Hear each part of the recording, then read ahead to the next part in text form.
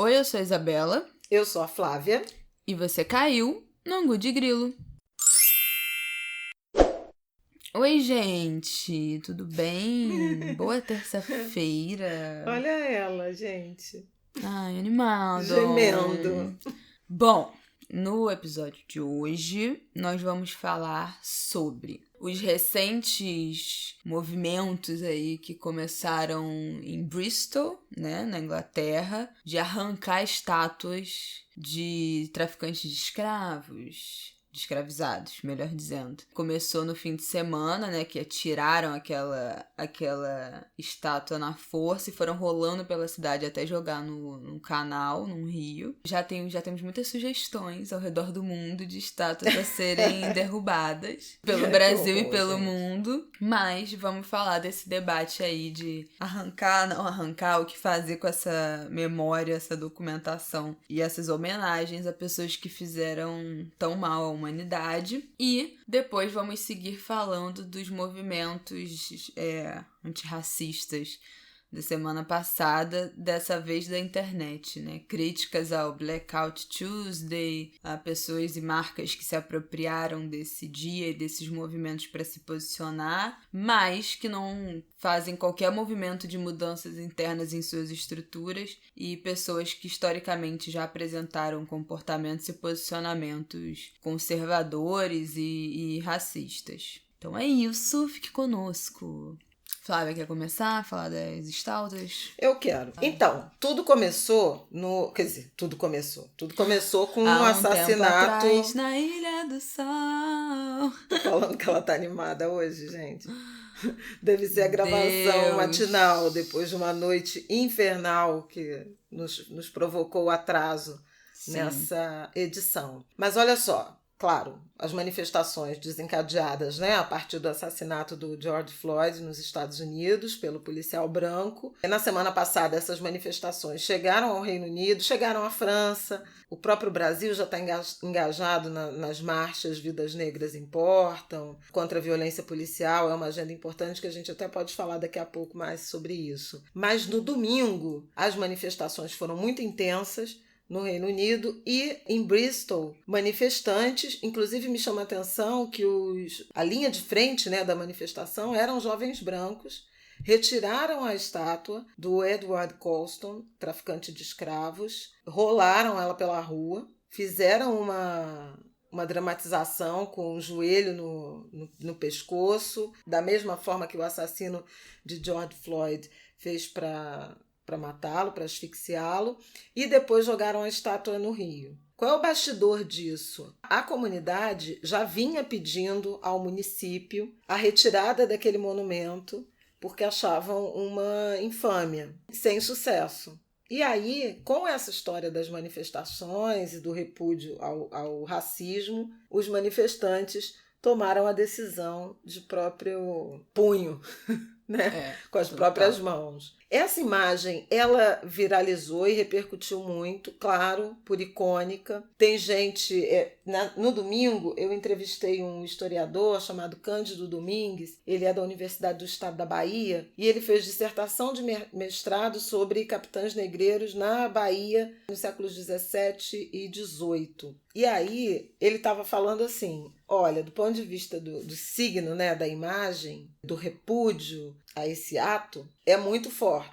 Cândido chamou atenção para a semelhança, né, a força da imagem, dessa imagem de Bristol, com a retirada da estátua de Saddam Hussein, lá no Iraque ocupado, e também posteriormente destruída, e as cenas no Chile, no ano passado, naquela série de protestos que levaram a algumas mudanças, inclusive, abrindo outro parêntese, né? O Chile faria plebiscito sobre a nova Constituição e está tudo em suspenso por conta da pandemia, fecha parêntese. Mas que os manifestantes tomaram, né, a estátua do general Baquedano, é isso, Bela? Uhum, na isso. Praça Itália, empunhavam a bandeira mapuche, né, de uma etnia de povos nativos. Então, essas imagens elas têm muita força para recontar, para questionar a história oficial. No entanto, O Cândido comentava comigo que, olha, eu não acho razoável, não concordo muito com a ideia de retirar esse monumento e jogar no Rio, porque tem um apagamento histórico, né, e de representação dessas pessoas que tiveram esse papel deplorável na história, mas histórias e pessoas que precisam ser contadas, denunciadas, reveladas. Então ele dizia, eu preferia que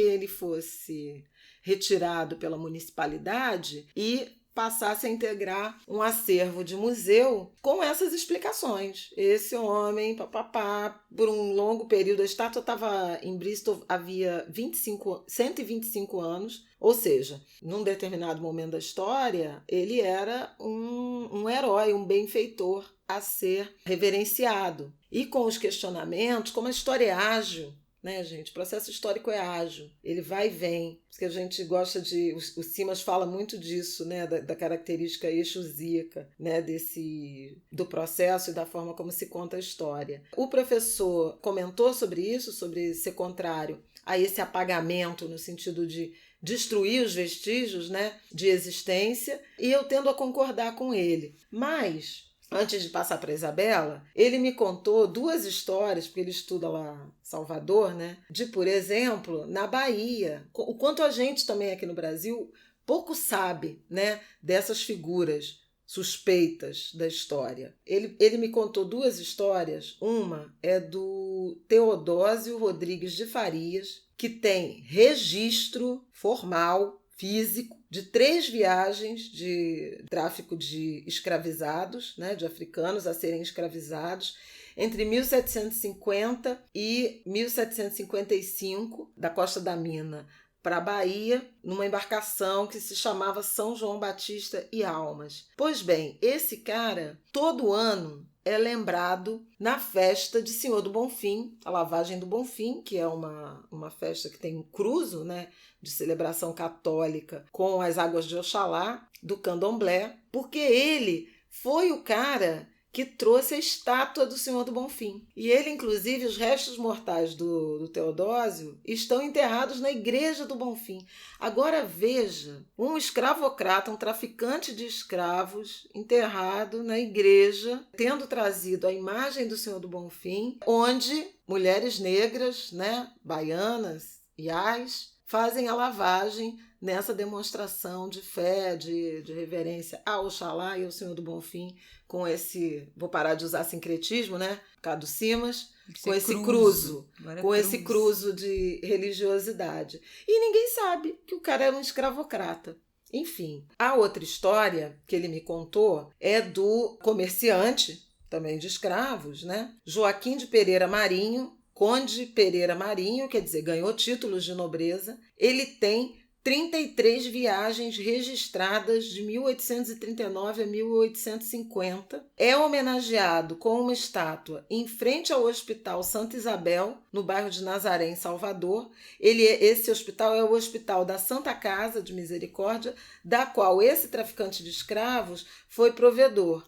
Então, veja, a gente está cheio de referências, né, de homenagens, de estátuas a figuras deploráveis da história, à luz das reflexões, né, dos nossos tempos, sem que a gente sequer saiba, né? Então você está passando todo dia na frente de uma estátua de um traficante de escravos, de um assassino de indígenas, torturadores, ou de pessoas negras, torturadores. ditadores. E aí eu queria lembrar do livro Escravidão, do Laurentino Gomes, best-seller do ano passado, em que ele tem vários trechos que ele menciona como figuras insuspeitas ou homenageadas tiveram ligação com a escravidão.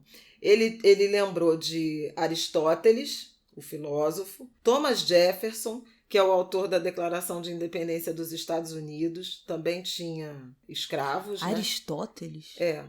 Porque a escravidão existe há mais de 5.000 anos. Ah, tudo bem. Um outro conceito de escravidão. De um outro conceito, sim. Meu Mas assim, Deus. é porque períodos, né, da história.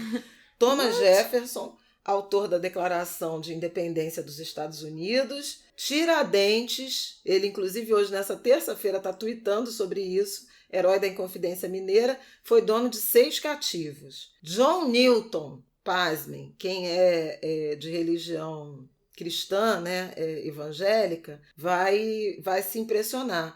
Ele foi o compositor de Amazing Grace, que é uma canção, um hino importantíssimo, né, das igrejas, somente batistas, eu acho, americanas. O Obama cantou, né, depois do massacre lá de Charleston. Ele foi capitão de navio negreiro, John Newton. E aqui do Rio de Janeiro, a gente pode lembrar Garcia Dávila, nome da rua mais chique, né, de Ipanema. Uhum. Ele é festejado como o homem que trouxe a pecuária ao Brasil. Aliás, pecuária essa que hoje, né, sabemos o que significa. Desgraçou esse país. Virou agronegócio, o resto vocês sabem. Não. Responsável, olha, realmente. Mas ele era mais que isso, além da pecuária, que hoje tem questionamento por conta da Alemanha. Mas eram as qualidades de Garcia Dávila. Segundo o Laurentino, ele era um especialista em capturar e escravizar indígenas. Ah, maravilha! Currículo impecável. Laurentino, além de Garcia Dávila, ele lembra dos bandeirantes Raposo Tavares e Fernão Dias, que são nomes de rodovias em São Paulo, e Borba Gato, né? O bandeirante também, e tem uma trelelê nas redes sociais querendo tirar a estátua de Borba Gato que fica na capital paulista. Aliás, de gosto duvidoso. Não vai sobrar uma estátua, um nome de rua nesse país, agora, se depender disso. Sabe o que é mais interessante? Quer dizer, também muito interessante. Eu vou deixar você falar agora. Mas é que em Guarani, paraguaio, bandeirante é sinônimo de bandido. Não mentiu, né? Acabei. Só a verdade. Bom, eu acho que é importante a gente dizer isso, né? Que não é só estátua, é nome de rua, é nome de colégio. Tem todo não vou dizer mercado, mas um grande nicho de homenagens de militares, torturadores, ditadores, assassinos, genocidas, escravocratas e etc. Que faz parte da nossa rotina, que faz parte das nossas cidades, sem que a gente perceba. E a questão disso não é a gente simplesmente esquecer que essas pessoas existiram. É importante que elas sejam lembradas. É importante que a gente saiba nomear quem foram essas pessoas responsáveis por séculos ou diferentes tipos de opressão. Mas o problema é que grandes estátuas, nomes de ruas e tal, entram no rol de homenagem. Não é simplesmente memória histórica, né? Não é a mesma coisa que você ter o nome dessas pessoas em museus, falando, esse aqui foi o capitão do navio tal. Eu fui no Museu de História e Cultura Afro-Americana, que é sensacional, o museu mais incrível que eu já fui em Washington, nos Estados Unidos. E eles têm uma quantidade de documentação sobre o período de escravidão nos Estados Unidos que é inacreditável. Tem toda a rota, eu acho que, sei lá, de pelo menos boa parte dos navios negreiros que aportaram nos Estados Unidos, com o nome do navio, quem era o capitão, quantos escravizados vieram, qual era o tamanho da tripulação. Então tem isso tudo documentado, tem os nomes desses capitães, tem as cartas que eles escreveram, relatando como é que foi essa viagem, essa captura e tal. E é importante que essas pessoas sejam nomeadas, que esses sobrenomes sejam desmascarados, né? Porque a gente ainda tem os herdeiros dessas galeras. Você vai ver os nomes de família, os nomes complicados, os nomes estrangeiros e tal, nomes tradicionais, sobrenomes do Brasil, você vai ver que tudo começou com uma família escravocrata na época do café, basicamente. Aqui no Vale do Café, no Paraíba do Sul, todas essas grandes famílias tradicionais, tudo era escravocrata, não se enganem. E eu acho que é importante a gente manter essa memória. Só que não a título de homenagem, não é pra ter estátua desse povo na rua, não é pra ter nome de rua, né? Não é pra ser nomeado rua em homenagem a essas pessoas. E vou abrir um tweet lá no Twitter perguntando a qual ditador, escravocrata, general, torturador, assassino, o nome da sua rua se refere. O que essa pessoa fez de ruim para a humanidade? A rua que você mora, eu acho que serão pouquíssimas exceções que terão um nome de batismo aí de rua que seja alguém que fez algo de positivo. Geralmente são as ruas mais novas, né? que aí a gente já tem um mínimo de consciência, a população também pode opinar, enfim. Mas acho complicado, sou a favor de tirar essas estátuas todas. Ninguém é obrigado a ficar convivendo com isso, muito menos sem contextualização histórica nenhuma, com essa perpetuando essa imagem de que essas pessoas são grandes ícones importantes de serem homenageados e não são. Eu tenho outra coisa para dizer. É que eu achei aqui, ainda nesse debate histórico, um documento que o professor Milton Guran me encaminhou. No ano passado, em agosto, houve uma reunião, um encontro do Comitê Científico Internacional do Projeto Rota do Escravo, Resistência, Liberdade e Herança, um projeto da Unesco, do qual inclusive faz parte a pesquisa, a descoberta, a preservação do sítio arqueológico do Cais do Valongo, que se vocês não têm informação sobre, vale a pena pesquisar. É o cais por onde desembarcavam os africanos escravizados, um conjunto de sítios e de referências que são muito interessantes. Inclusive, está inserido aí o Instituto Pretos Novos, que é um sítio arqueológico do antigo cemitério dos Pretos Novos. O Instituto está completando 15 anos agora, vida longa ao Instituto. Era uma casa particular, um sobrado, e que durante uma obra foram encontrados restos mortais, e aí se descobriu que ali era o cemitério dos Pretos Novos. Ano de 2017 ou 2018 houve a descoberta de um esqueleto intacto de uma jovem africana que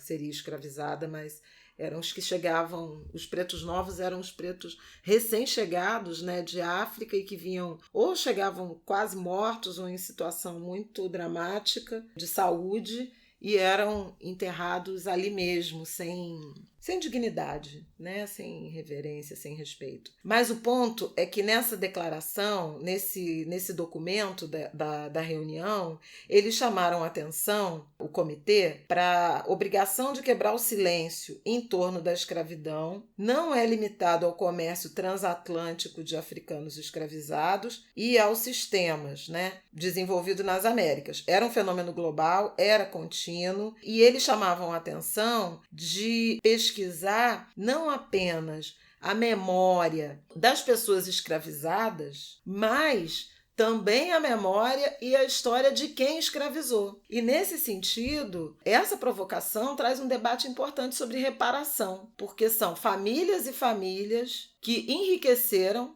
à custa do trabalho dos africanos escravizados, que foram libertados sem nenhum tipo de rede de proteção social ou indenização, o que condenou a população afro-brasileira a indicadores socioeconômicos precários, e isso está posto, uma realidade da nossa sociedade ainda nesse século XXI.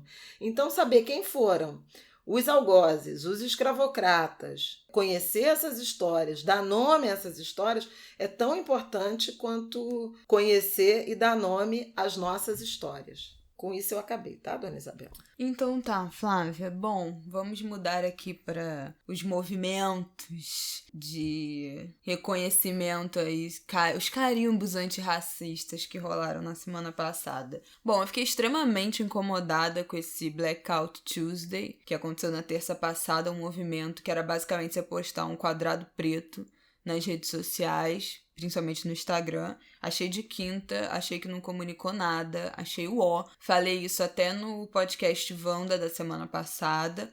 A gente gravou na terça de noite, o programa foi ao ar na quinta-feira, o Wanda, o Ângulo de Grilo, né? A gente já tava no ar desde terça de manhã, então não deu pra gente comentar. Mas falei também isso no Instagram na terça-feira, quando eu comecei a abrir meu perfil, basicamente só tinha um monte de quadrado preto com a hashtag. Você clicava na hashtag, não tinha nenhuma explicação, não tinha nada, só era um monte de quadrado preto. Até que um amigo meu veio me dizer que, na verdade, essa onda aí de postagem partiu de uma organização, as empresas do ramo da música dos Estados Unidos, Apple, as gravadoras, Universal, Sony e tal, todas se juntaram nesse movimento, inventaram esse tal do Blackout Tuesday, que era um dia que elas iam paralisar completamente as suas operações para fazer um dia dedicado a palestra, curso, aula para os seus funcionários do mundo todo. Eu sei que a Sony do Brasil fez isso também, foi um dia que não teve trabalho, os profissionais tiveram palestra, aula, conversas sobre questão racial durante o dia inteiro. E algumas dessas plataformas colocaram avisos, quando se abria, tinham avisos falando sobre a causa racial, sobre esse movimento da indústria da música. Aqui no Brasil, não sei como é que foi isso nos Estados Unidos, se foi mais compreensível, mas aqui no Brasil virou só um quadrado preto aí na rede social para você receber o seu carimbinho antirracista. E eu fico extremamente incomodada com esse tipo de manifestação, porque a mim isso não diz nada. Isso não significa absolutamente nada. O que significa você postar um quadrado preto que ninguém sabe o que é, ninguém sabe qual é a origem, ninguém sabe de onde veio essa ideia, que não tem uma legenda que explique. As poucas pessoas que eu vi que escreveram alguma coisa, era assim, tire o dia de hoje para você ler, pesquisar e saber sobre a causa negra, e é isso, sabe? Tipo, uma terceirização dessa responsabilidade de estudar. Sendo que a gente sabe que isso não acontece, gente. Não é porque você postou um quadrado preto nas redes sociais que significa que você parou um segundo pra ler ou pesquisar qualquer coisa sobre questão racial. Eu acho que virou só mais um movimento das pessoas postarem pra se livrar, sabe? Assim, fiz parte, ninguém vai me cobrar disso. Fiz parte, então já dei meu carimbinho antirracista do dia, minha prática diária, já entrei no clubinho, não serei cobrada, não serei vista com péssimos olhos. E ao mesmo tempo que isso não comunica nada, né? Não vem junto com uma recomendação de material de leitura, não vem com indicação de perfis que falem sobre isso, não vem com explicação da origem do movimento, não vem com um texto debatendo branquitude, no caso de pessoas brancas, abrindo um debate para os seus seguidores, questionando, provocando, nada. Era só o quadrado e a hashtag. E essa foi minha crítica. O que isso comunica? O que isso diz? O que isso traz? E é minha crítica de muitos desses movimentos que viralizam. Eu não sou contra a viralização de campanha, não sou contra ação coordenada, né, de vários grupos postarem a mesma coisa ao mesmo tempo, o mesmo texto, a mesma foto. Eu acho que isso gera um impacto, mas tem que ser acompanhado de alguma coisa. Tem que ser acompanhado de algo que explique, algum texto, tem que ter algum propósito objetivo naquilo. Não foi o caso. Então fiquei extremamente incomodada com isso, extremamente incomodada em ver vários blogueiros, influenciadores que depois foram até expostos aí na internet de que já se posicionaram a favor do presidente que temos nesse momento, né? Fizeram campanha, comemoraram sua eleição e aí agora estão postando quadrado preto. Vários influenciadores que já foram publicamente racistas em outros momentos e agora postando o tal do quadrado preto. E uma galera que em nenhum outro momento do ano, em nenhum outro momento se posiciona e agora postando o tal do quadrado preto para entrar no clubinho, para não ser cobrado, para não ser questionado. E várias marcas também fazendo isso. E aí é realmente assim... Eu acho de quinta, eu acho tudo de quinta. Vocês sabem que eu sou uma pessoa naturalmente crítica a marcas e empresas, não tenho problema nenhum com isso, não tenho constrangimento nenhum em falar isso porque é verdade. Nas últimas semanas, na última semana principalmente, fiz várias críticas públicas a empresas de comunicação, ao Spotify, até a Globo News, fiz críticas públicas, marquei junto com, compartilhando o tweet do Irlan Simões, né, que acabou viralizando e gerou a provocação para o programa Em Pauta da quarta-feira passada, que foi com as 5 jornalistas negras, incluindo Flávia Oliveira, aqui exclusivamente para vocês, Longos de Grilo, e apresentado pelo Heraldo. E eu já tinha comentado isso, eu comento isso incessantemente sobre o jornalismo, sobre o jornalismo de televisão. Eu já tinha comentado, marcado a Globo News, já tinha comentado no fim de semana o incômodo no Twitter com a cobertura que foi feita no fim de semana retrasado, inteira com jornalistas e profissionais brancos, com uso de vocabulário também completamente equivocado. E eu comento isso abertamente porque é verdade, né? Eu não tenho nenhum constrangimento porque a verdade está do meu lado. É só você ligar a televisão, é só você abrir o jornal, é só você entrar no organograma das marcas, é só você... A informação, a desigualdade racial está disponível para quem quiser. E aí também questionei o Spotify na semana passada, que fez nessa terça-feira da Blackout Tuesday, fez uma lista lá na página principal de podcast, nos podcasts em destaques. Era o hashtag Vidas Negras Importam, indicando um monte de podcasts de pessoas negras, o ângulo de grilo inclusive. E foi a primeira vez que a gente apareceu naquele destaque, somente naquele dia, somente porque o tema era o tal do Vidas Negras Importam, sendo que a gente fala sobre milhares de coisas aqui. Isso. Você pode ver a nossa lista de episódios. Tem episódios sobre política internacional, economia, reforma da Previdência, consumo consciente, religião. Tem absolutamente tudo. Essa leitura racial, a gente tá sempre permeando o nosso discurso. Mas esse não é um podcast de ativismo ou de militância racial somente. E aí a gente apareceu lá. E aí, ao mesmo tempo que você vai ver quais são os podcasts originais exclusivos do Spotify, só tem um deles que tem uma apresentadora negra, que é o de K-pop. O K-Papo tem a Erika, que é uma das apresentadoras do podcast, que é negra. Todos os outros são inteiramente compostos por pessoas brancas. Então, que mensagem é essa, sabe assim? O que isso quer dizer? O que é isso que chega num belo dia, numa bela semana, e você faz uma lista promovendo, você faz post na sua marca. Cara, várias marcas repostaram, indicaram o ângulo de grilo, e você fala, amado, você gosta tanto da gente, então patrocina o nosso podcast, né? Várias marcas de roupa, agência, postaram recomendando o ângulo de grilo semana passada, e eu fiquei, que eu saiba, a gente não tá ganhando dinheiro nenhum com esse programa. Que é até o episódio que a gente fez, eu acho que foi o 38 ou 39, que é o Influência Não É Dinheiro, que a gente fala, gente, nenhuma plataforma de podcast monetiza por streaming. A gente não ganha nenhum dinheiro fazendo isso aqui, botando isso aqui no ar. Então, se essas marcas estão tão sensíveis a esse conteúdo, estão tão realmente indicando, engajadas, patrocina os criadores de conteúdo negro, patrocina os podcasts que vocês gostam tanto. Então, o que isso significa, sabe? O que de fato... E aí foi uma crítica que eu também fiz no último fim de semana. Vejo o jornalismo que na última semana fez vários movimentos de colocar pessoas negras em destaque, né? Várias emissoras chamando jornalistas negros para compor bancada, para compor comentário, para compor matéria, isso voltando muito nesse debate do jornalismo.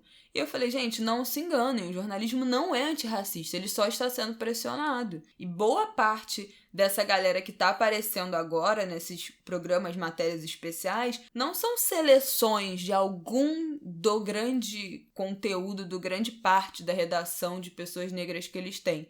Em geral, são quase todas as pessoas negras que essas redações têm, que são qualificadas, são dessa função. Então, não é como se você tivesse selecionado, tipo, vou pegar 9 de 60. Cara, em geral, não vai ter muito mais do que aquilo ali, não. Que botaram ao mesmo tempo, que botaram na bancada, que botaram na matéria, que deram um espaço pra falar pela primeira vez nesse momento. E essa é uma coisa que, de novo, não tenho constrangimento de dizer porque é verdade. E foi o que eu falei no Twitter. Se há alguém que se incomode que eu repita isso, me deixa sem argumentos. Muda essa estrutura. Então, se você está ouvindo aqui, você é diretor de algum jornal, alguma empresa de comunicação, alguma assessoria de imprensa, alguma agência de publicidade, você fica extremamente incomodado quando a gente fala de racismo na comunicação, de falta de proporcionalidade, de falta de negros, principalmente em lugares de decisão e em lugares de poder, me deixe sem argumentos.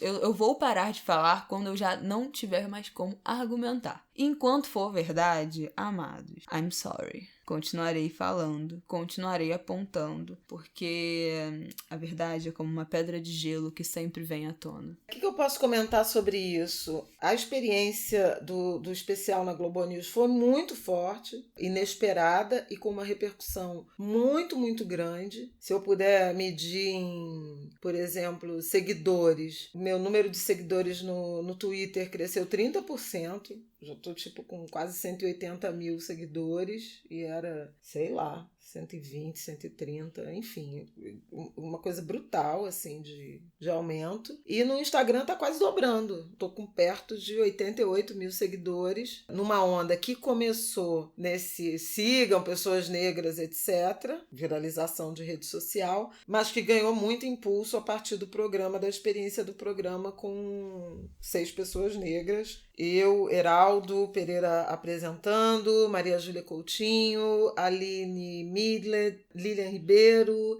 Zileide Silva, no Em Pauta, edição especial do Em Pauta, que tratou de racismo a partir da provocação do Irlan, e depois reproduzido no Globo Repórter, que é realmente um canhão. E aí confirma muito do que a gente defende há muito tempo, né? A agenda de diversidade, para mim, não é nova, é muito antiga, mas a diferença que faz você ter essa representatividade contemplada, né? Sobretudo na TV aberta, porque eu recebi coisas assim, além das mensagens, além das pessoas comentando nas minhas redes, compartilhando, fotografando a imagem da gente. Teve uma charge linda que o Abel, um chargista maravilhoso, Petit Abel é o arroba dele, né, no Instagram, e acho que também no Twitter. Ele fez aquela janelinha, incluindo a Glória Maria, que no Globo Repórter ela deu um depoimento também muito forte, muito comovente, falando até das filhas negras, né, e como abordar o racismo com as meninas. Mas assim, o impacto em algumas jovens, que até a Isabela mesmo me encaminhou, mas em crianças, meninas negras, foi muito forte. Eu recebi foto, eu recebi texto de meninas que escreveram pequenas redações, enxergando aquilo como um momento histórico. E uma amiga me mandou o áudio da comadre ou prima, que a filha viu, olhou para a Aline, olhou para a mãe e ela própria, e aí ela falou: mãe, eu sou negra. Ela não tinha essa noção da identidade racial. Então foi realmente algo muito forte e que eu torço muito para que tenha vindo para ficar, não apenas na Globo News e na TV Globo, mas em outras emissoras, em outras empresas. Até fiz essa provocação antes de tudo acontecer, Twitter, na rede social, por conta do engajamento de várias empresas se dizendo antirracistas e vidas negras importam. Mas assim, objetivamente, qual é o percentual de diversidade de pessoas negras e mais que isso, pessoas negras em posições de decisão, em cargos gerenciais, em cargos de chefia, como em cargos de diretoria, porque isso faz diferença. Isso transforma uma instituição. É só contratar trainee, estagiário, pessoas que não têm poder de decisão, que não têm voz, não têm assento em reuniões, né? Não faz diferença alguma. É só uma métrica para você dizer que tem um mínimo de diversidade. Mas isso não significa compromisso com transformação, com um processo decisório, um processo de gestão mais diverso e mais relevante. Não, eu acho... O que eu fico mais indignada é que, assim, a gente tá há anos aí pedindo essa representatividade, pedindo essa proporcionalidade, contestando e dizendo: gente, a gente quer estar nesses espaços, a gente quer estar nesses lugares, a gente quer estar na televisão, a gente quer estar dentro da agência, a gente quer estar na propaganda, a gente quer estar na novela, a gente quer. Não é um boicote, não é dizendo vocês não valem nada, vocês não prestam, a gente quer estar nesse lugar. Então, o racismo é burro, ainda de tudo, é uma burrice sem fim, e eu não aceito isso, eu fico consternada, porque assim, por exemplo, a gente vê telejornal aqui o dia inteirinho, e eu postei no Twitter, na quarta-feira passada, essa foi a primeira vez que eu assisti o Em Pauta, porque tá todo dia, religiosamente, todos os dias ligados na televisão, mas quando eu olho e eu vejo 7 pessoas brancas comentando um assunto, eu desligo, eu saio da sala, eu vou ver outra coisa, porque assim, não tem nada que me interesse num debate que é feito por 7 pessoas brancas, sabe assim? Isso não me contempla, não tem nada que pra mim seja interessante dentro dessa discussão. E por mais que eu reconheça a importância do debate, por mais que eu reconheça a importância da informação, a qualidade da informação que é dada por esses programas, cara, não tem um programa, gente, que eu ligue, minha mãe está de prova, qualquer programa de bancada de entrevista que eu ligue e só tem gente branca, eu desligo, eu não vejo. Tipo assim, gente, isso não me interessa. O que essas pessoas têm a dizer que me interessa sobre qualquer área? Não me interessa. É uma burrice sem fim, porque é um jeito muito fácil de você ter audiência, é um jeito muito fácil de você conquistar um outro nicho de audiência, porque o jornalismo já está sendo colocado, não estou dizendo nem que está se colocando, mas o jornalismo já foi colocado, todos, né, quase todos os veículos grandes, já foi colocado como progressista de esquerda por esse governo e seus apoiadores. Então, assim, essa galera extremista, mega conservadora, esse pessoal, essas empresas já perdeu, sabe assim? Esquece o jeito que vocês têm de se posicionar, de se reposicionar, de conquistar, de aumentar a audiência, é partir pro lado progressista, é partir para o lado que busca o mínimo de diálogo em relação a direitos humanos, e isso inclui pessoas negras. Então, o jeito, se você quer audiência, bota gente preta pessoas escrevendo, negras, mulheres, comentando. indígenas. Uma mulher branca tem um monte, no jornalismo principalmente, que é uma profissão muito feminina. Nos espaços de opinião, ainda tem muito homem. Não, ainda tem muito homem, mas tem muita comentarista mulher, branca, também privilegiada, que também vive num mundo que à parte. E tem muita mulher também chefe no jornalismo. É uma profissão muito... Eu acho que assim, os grandes diretores e tal são homens, mas também tem muita mulher editora executiva, diretora. Tem muita mulher. O jornalismo é uma profissão muito feminina.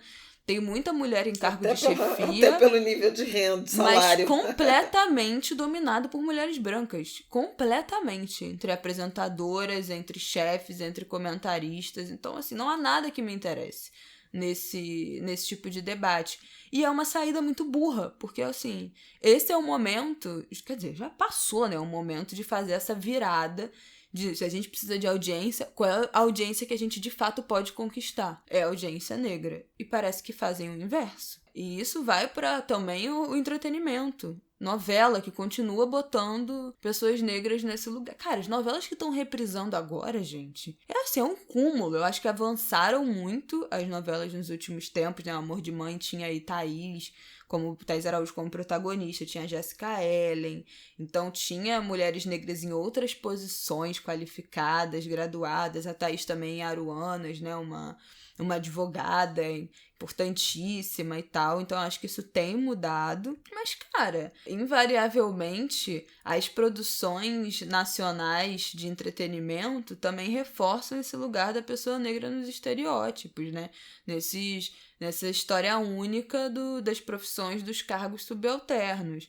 O jornalismo também, as propagandas também. As propagandas ainda são dominadas por narrativas e por pessoas brancas e por famílias brancas. Então, assim, isso é muito cansativo, especialmente porque é muito burro. E eu fico impressionada. Como é que a gente chega até aqui? Não é nem economicamente inteligente, né? Esse debate.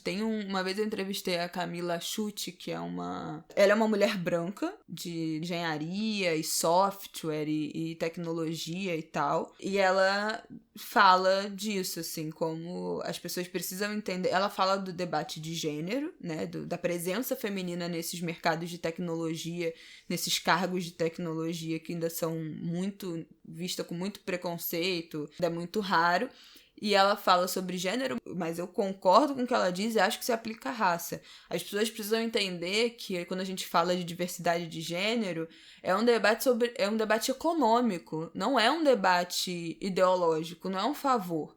É economia. Se você bota mulher nesses cargos, se você bota mulher em evidência, se você bota pessoas negras em cargos em evidência, sua empresa vai ficar bem vista por aquela população. Você vai ganhar audiência, você vai ganhar prestígio, você vai ganhar nome no mercado porque você está propondo uma representatividade e uma proporcionalidade. Então, assim, não é um pedido simplesmente de paridade, equidade, proporcionalidade racial, porque simplesmente é o certo e seria o proporcional dado à nossa população. Também. Mas assim, gente, é econômico, não sejam burros. Se vocês não querem fazer pela equidade, né, por simplesmente igualar essas representações, que faça pelo viés econômico, que faça porque vocês vão lucrar mais, porque vocês vão ganhar mais dinheiro. Sabe assim, a gente tá completamente sedento por representatividade e proporcionalidade. As marcas que abraçam essas causas são abraçadas pela população negra ativista.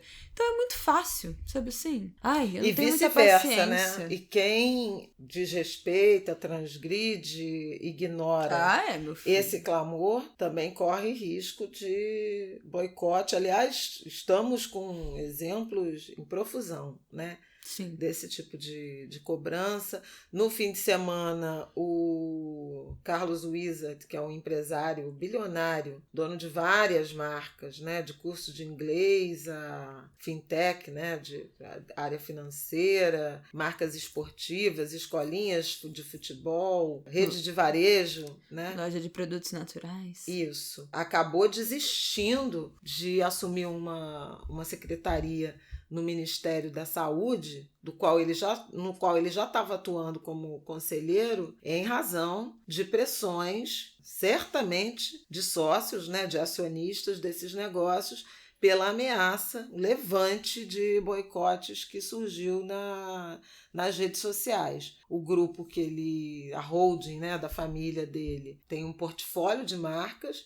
E essa imagem com as marcas ligadas a esse empresário, elas circularam nas redes sociais no fim de semana por conta de uma declaração absolutamente infeliz que ele deu. Além da vinculação ao governo Jair Bolsonaro, ele deu uma declaração muito infeliz dizendo que ia impor uma recontagem no número de mortos pela Covid, porque acreditava que secretarias estaduais e municipais de saúde estavam inflando dados para receberem mais dinheiro por parte da União. Houve uma indignação brutal de secretários, de parlamentares, de formadores de opinião, e no domingo à noite ele acabou desistindo porque isso respingou na reputação e no risco, né, de boicote de consumidores às empresas e marcas por ele controladas. Eu até conversei com o Dario Menezes, que é professor da FGV, sobre essa questão da reputação, e ele dizia que reputação empresarial tem 3 eixos, né? Um eixo que é a forma como a empresa se comunica e com quem que ela comunica e de que forma que ela comunica, isso pode arranhar a reputação. A forma como a empresa age, e se ela age dentro do esperado pelo público consumidor, com o qual ela se comunica e ao qual ela se destina, porque eventualmente você pode estar interessado num determinado nicho que é esse mesmo, de extrema-direita, de polarização, um dos extremos, né, da polarização política. Agora, se você quiser alcançar todo mundo e se abraçar numa determinada corrente, estamos falando de política por política, mas a gente pode estender isso para princípios socioambientais, responsabilidade social, quem são os fornecedores que não estejam ligados com desmatamento, com queimada, com trabalho em condições análogas à escravidão. Enfim, tem toda uma gama aí de valores que os consumidores encampam e que cobram das empresas, das marcas que eles escolheram para exibir e consumir. E a outra dimensão, eu já falei da forma como a empresa comunica, forma como a empresa age, e a outra dimensão que o Dario Menezes comentou foi a postura das suas lideranças. Então, assim, não dá para uma empresa que, ainda que comunique corretamente, ainda que haja corretamente, tenha líderes que expressam visões estereotipadas, preconceituosas, extremistas. E o povo vai atrás. Você tem que ter essa combinação perfeita. E reputação é um ativo intangível, né? Reputação é uma ideia, mas que vale muito, que agrega ou retira muito valor de marcas e, portanto, seus produtos e serviços. Temos que ficar de olho. Quer falar do caso da Tayla Ayala? Gente, ridículo, né? Não tem nem muito o que falar. Criar 36 mil mortos nesse país e ela me lança uma marca chamada vírus. Vamos espalhar o vírus do amor, esse vírus que veio pra mostrar pra gente o que é o amor, a importância de estar junto, da união, que não sei o que. Olha, foi detonada nas redes sociais no domingo e ontem e acabou mudando o nome da marca pra Amarca, amar.k. Ai, olha, gente, é tudo ridículo. Todos os nomes são péssimos. A roupa não tem nada demais. R$400 um pijama tie-dye. Então, assim, tem gente que levantou a teoria de que ela só botou esse nome pra isso realmente gerar um buzz e um reflexo aí de revolta nas redes sociais e divulgar essa marca. E outras pessoas que acham que é isso mesmo, é a falta de empatia e de pensar na situação, pensar um macro. Eu acho que é falta de amigo, né? Porque se você tem um amigo que não seja um puxa-saco seu, seja realmente um amigo, e o seu amigo fala: ai, tô pensando em lançar uma marca no meio da pandemia, de uma pandemia global que já matou 400 mil pessoas, chamando de vírus e falando que o coronavírus nos trouxe muito amor e união. Se você tem um amigo, esse amigo vai falar: amada, pare, melhore, não faça isso. Mas não, né? Então, realmente, eu acho que é um mix dessas coisas. A vontade de atenção é falta de sensibilidade e também é falta de um amigo. E aí mudou, espero que não venda R$1, mas como a gente sabe como funciona o Brasil, provavelmente vai vender, né?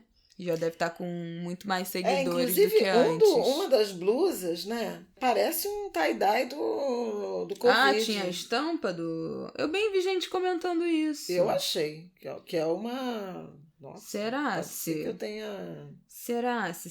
Enxergado demais, mas a mim remeteu ao Covid, que sim, tem uma das gente camisetas. que achou que uma das camisas, meio que uma estampa estilizada do vírus. Não achei muito, não. Mas também não duvido, né? Vejam lá, gente. É isso, gente. Procurem, formem sua opinião. Ninguém merece. Um pouco exausto desses movimentos vazios, discurso vazio, nesses posicionamentos que são absolutamente quentes, né, que vão com o momento e depois o que será disso, né? Vamos aí acompanhar de muito perto e esperar o que essas marcas, veículos, empresas, agências vão fazer nas próximas semanas e nos próximos meses para realmente repensar as suas estruturas racistas, tentar democratizar aí esses acessos, promover alguma proporcionalidade dentro dos seus quadros e vamos acompanhar. Eu não tenho muita expectativa não desse povo, mas vamos ver. Eu acho que nos resta fazer pressão. Eu acho que isso a gente tem feito bem e isso é o que traz resultado.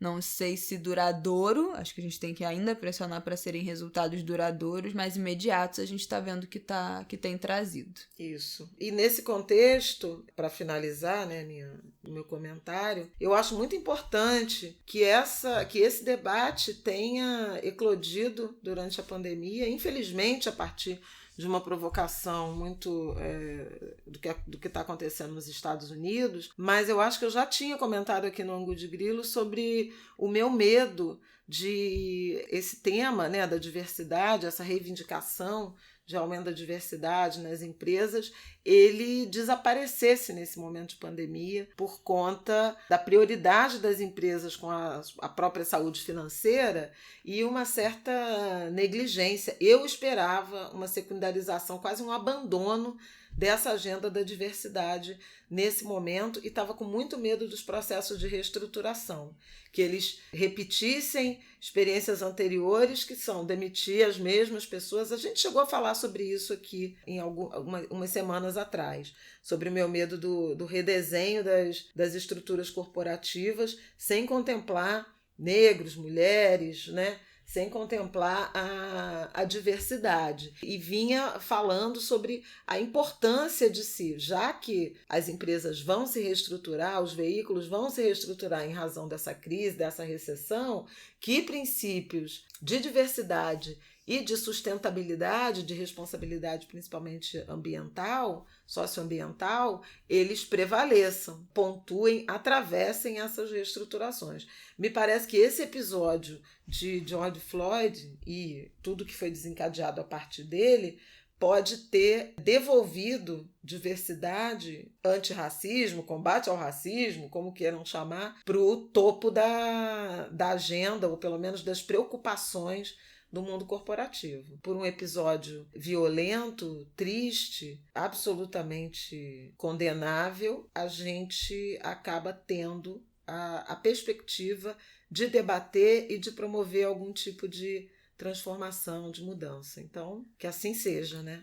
É isso. Por incrível que pareça, o coronavírus foi totalmente secundarizado aí nessas últimas semanas pelo debate racial. No Brasil, então, o coronavírus já tá sendo... a gente já tá quase fingindo que não tem nada acontecendo, né? Já começam umas tímidos decretos aí de reabertura, o povo já todo voltando pra rua, e o resto a gente vai saber daí a 2-3 semanas o resultado disso. Mas no momento, o que tem de mais quente no noticiário ainda é o debate racial e seus desdobramentos. Então é isso, meu povo. Até semana que vem. Dá tempo de um último comentário? Não, é porque por trás dos protestos, né, americanos e aqui no Brasil também, é essa agenda contra a violência policial. Vidas negras importam, especialmente aqui no Rio de Janeiro. A gente já tem algumas notícias de tentativa de mudança de comportamento. Nos Estados Unidos, os democratas apresentaram uma proposta formal,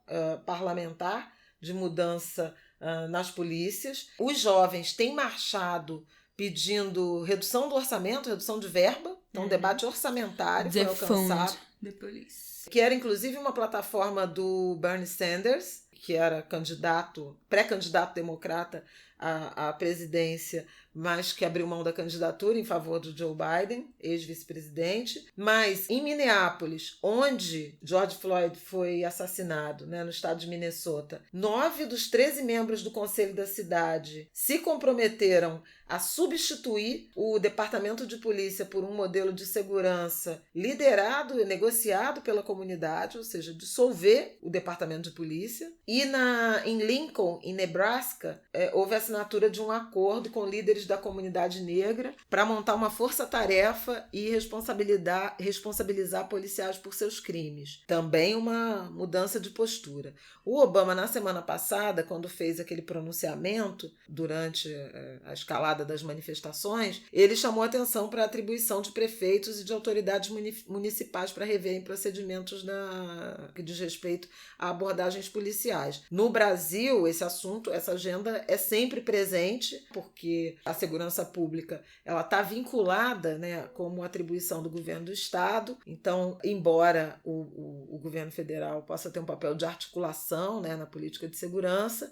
E aí eu queria só fechar lembrando que na sexta-feira passada, dia 5, o ministro Edson Fachin do Supremo Tribunal Federal assinou uma liminar, concedeu uma liminar pedida, né, pelo PSB, Partido Socialista Brasileiro, com participação da Educafro, da Justiça Global e da Defensoria Pública do Rio, pedindo a suspensão das operações policiais no estado do Rio, nas favelas do Rio, durante a pandemia. Ele concedeu essa liminar e, na decisão, fez referência a Raul Santiago, Renê Silva e Buba Aguiar.